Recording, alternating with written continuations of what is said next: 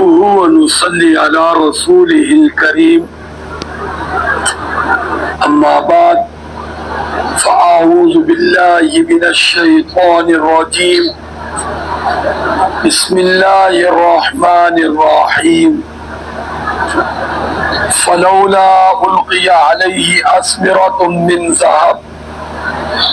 ذهب أو جاء معه الملائكة مقترنين فاستخف قومه فأطاعوه إنهم كانوا قوما فاسقين فلما آسفونا انتقمنا منهم فأغرقناهم أجمعين فجعلناهم سلفا ومثلا للآخرين صدق الله العظيم.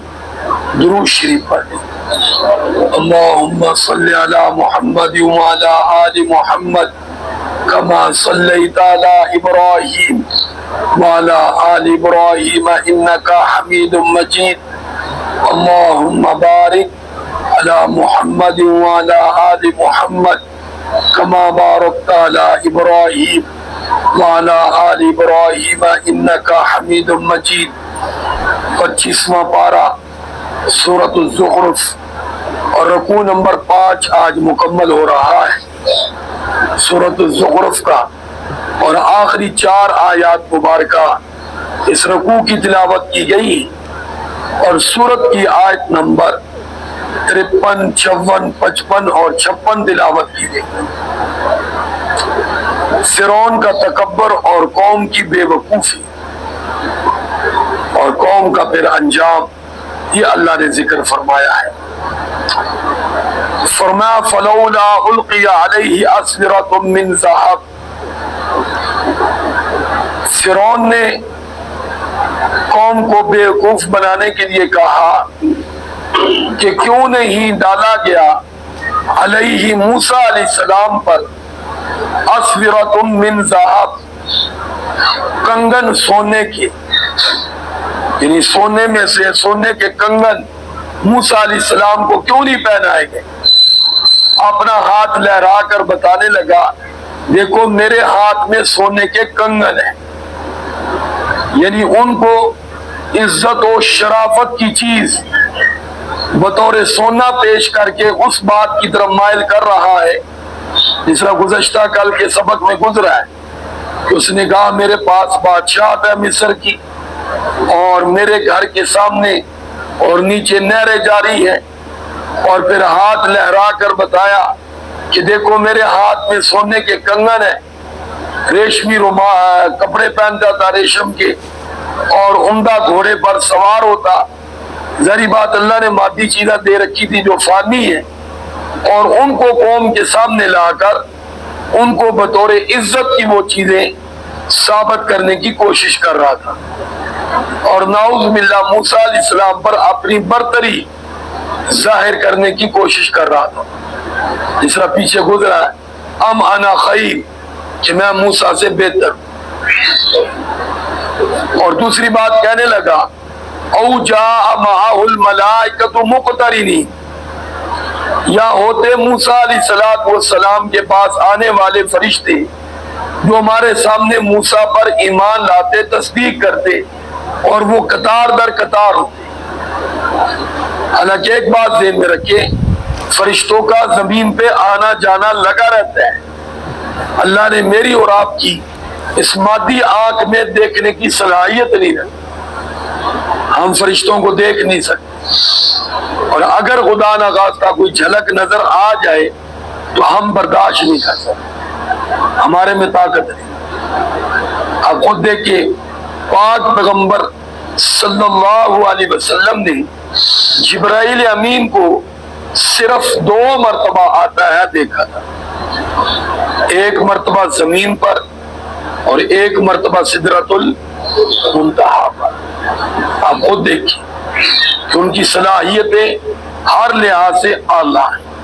کس کی؟ پاک پیغمبر صلی اللہ علیہ وسلم. تو میں اور آپ کیا چاہیے؟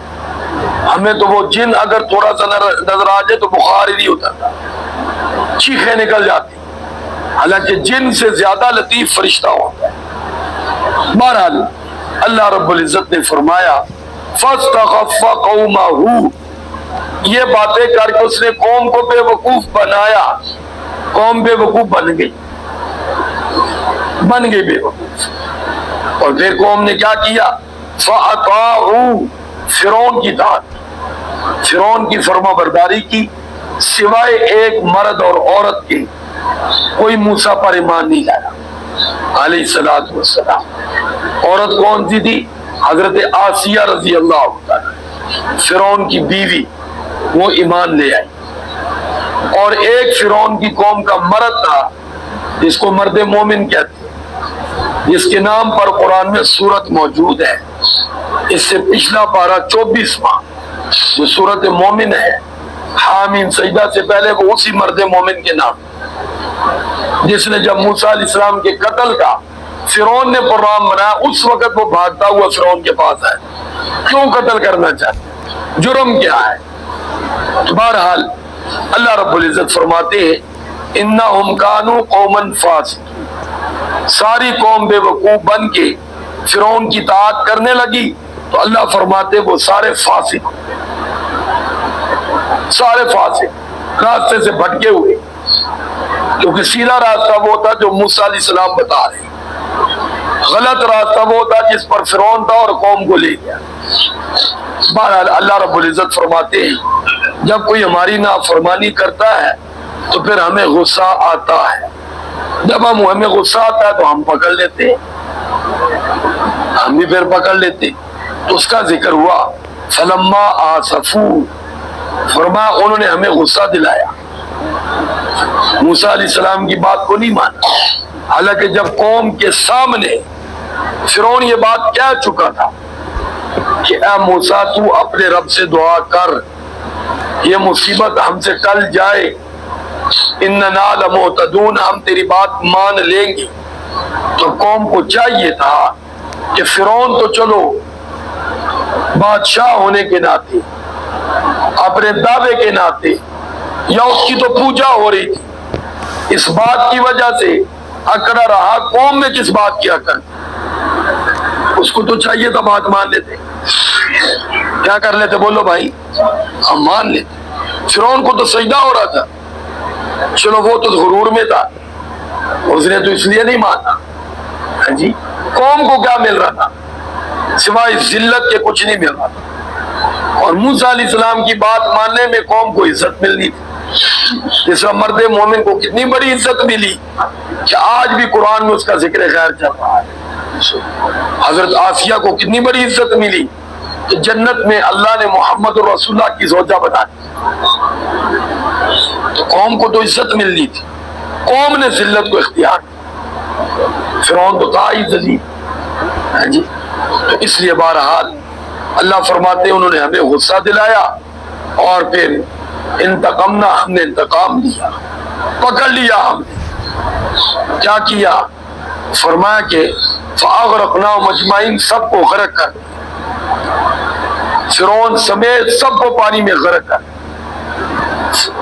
فلما آسفونا انتقمنا منہم، فرمایا کہ فاغرقناہم اجمعین، 6,70,000 وہ بنی اسرائیل کے لوگ بچ گئے جو موسیٰ علیہ السلام پر ایمان لائے۔ یہ موسیٰ علیہ السلام کی قوم کے لوگ تھے، یہ فرعونی لوگ نہیں تھے۔ فرعون کی قوم کے لوگ، ان میں میں نے عرض کیا 2 مسلمان ہوئے، ایک عورت اور ایک، یہ فرعونی نہیں تھی، یہ بنی اسرائیلی حضرت موسیٰ علیہ السلام کی قوم۔ بہرحال ان کو اللہ فرماتے ہم نے بچا لیا، باقی سب غرق کر دیا۔ اور فجعلناہم سلفا، گیا گزرے لوگ بنا دیے، جس طرح ہمارے یہاں بھی ہے، جو مر جاتا ہے وہ گیا گزرا ہو جاتا ہے۔